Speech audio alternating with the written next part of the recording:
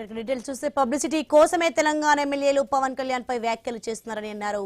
Janasena Eluru incharge Reddy Appalanaidu ప్రాంతాల మధ్య చిచ్చు పెట్టడం సరికాదని తెలిపారు. జనసేనకు తెలంగాణలో క్రేజ్ పెరుగుతుందనే భయంతో కాంగ్రెస్ ఎమ్మెల్యేలు ఇలా మాట్లాడుతున్నారని విమర్శించారు. ప్రొఫెసర్ నాగేశ్వరపై కేసు కూడా వద్దని పవన్ చెప్పారన్నారు. సీఎం రేవంత్ రెడ్డి జోక్యం చేసుకుని మరీ ఎమ్మెల్యేలతో క్షమాపణలు చెప్పించాలంటున్న అప్పలనాయుడుతో మా ప్రతినిధి Bhargav face to face. Janasena అధినేత deputy CM Pawan Kalyan target చేస్తూ అటు తెలంగాణ కాంగ్రెస్ రాజకీయాలు నడుపుతోంది. దానికి సంబంధించి మనతో మాట్లాడేందుకు ఏపీఎస్ఆర్టీసీ విజయవాడ జోనల్ చైర్మన్ అలాగే జనసేన ఉమ్మడి జిల్లా అధికార ప్రతినిధి రెడ్డి అప్పలనాయుడు గారు ఉన్నారు. సరే సార్, ఈరోజు పవన్ కళ్యాణ్ గారిని టార్గెట్ చేస్తూ అటు ఆంధ్ర తెలంగాణ వివాదాలు రేపుతున్నటువంటి పరిస్థితి తెలంగాణ నేతల నుంచి చూస్తున్నాం. ఎలా అర్థం చేస్తాం? ఇప్పుడు ప్రొఫెసర్ నాగేశ్వరరావు గారి దగ్గర ఏ విధమైనటువంటి సమాచారం లేకుండా కేంద్ర హోంమంత్రి అమిత్ షా గారు ఇట్లా క్లాస్ స్పీకర్ అట్లా క్లాస్ స్పీకర్ అని అంటాం, దాని మీద అందరూ కూడా దాన్ని ఖండన చేశారు. ప్రొఫెసర్ నాగేశ్వరరావు గారు కూడా దాని మీద నేను విత్డ్రా చేసుకుంటున్నాను, పొరపాటుని సరైనటువంటి సమాచారం లేకుండా మాట్లాడాలని అనిపించింది నాకు కూడా అని చెప్పేసి ఆయన ఉపశమనం చేసుకున్నాడు. దాని మీద పవన్ కళ్యాణ్ గారు కూడా రాజమండ్రి వేదికగా ప్రొఫెసర్ నాగేశ్వరరావు గారు ఏదో భావజాగాలతో మాట్లాడారు తప్ప ఆయన అనాలని కాదు. ఆయన కూడా ఆయన ఒక వ్యాఖ్యల్ని వెనక్కి తీసుకున్నప్పుడు మనం కేసులు కానీ ఇట్లాంటివి ఏమి తీసుకోకూడదు, అట్లాంటి అవసరం లేదు అనేది వారు కూడా చాలా స్పష్టంగా చెప్పారు.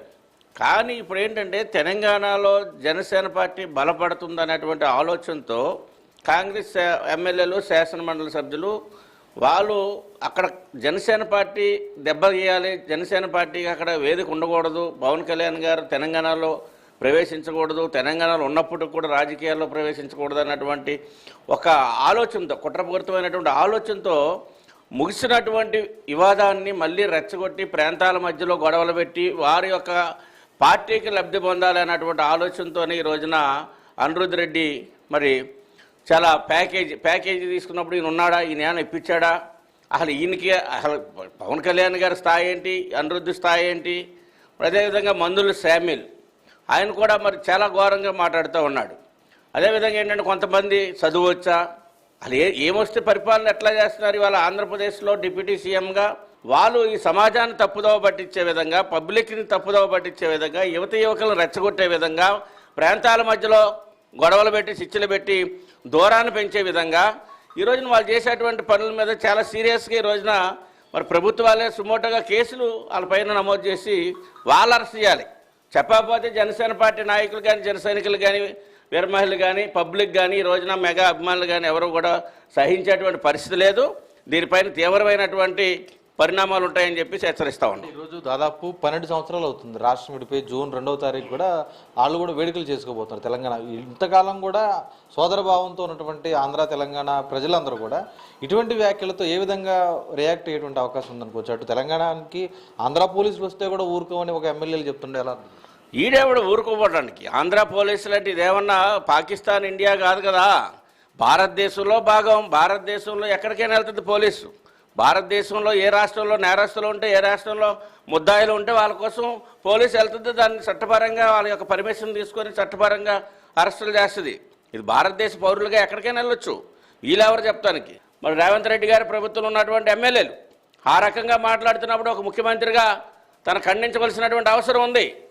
అదేవిధంగా ఏదైతే జనసేన పార్టీ అక్కడ ఈ రోజున 4 లక్షల సబ్జెక్టాలు జరిగినాయి, జనసేన పార్టీ బలపడుతుంది, రేపు పొద్దున్న జనసేన పార్టీ వల్ల మన యొక్క పునాదులు కదులుతాయేమో, మన ముఖ్యమంత్రి కుర్చీ కదులుద్దేమో అన్నటువంటి ఆలోచనతో ఈ రోజున వాళ్ళ ఎమ్మెల్యేలతో మాట్లాడిస్తున్నారని చెప్పేసి మేము అనుకుంటా ఉన్నాం. ఈరోజు అటు నాయకులు మాట్లాడడంతో పాటు ఉద్యమకారులు కూడా ప్రెస్ మీట్లు పెట్టి పవన్ కళ్యాణ్ గారి ఫోటోను చెప్పులతో కొట్టడం, అసలు ఎలా అర్థం చేసుకోవచ్చు? జన సైనికులు ఎలా రియాక్ట్ అయ్యే అవకాశం ఉందనుకోవచ్చు.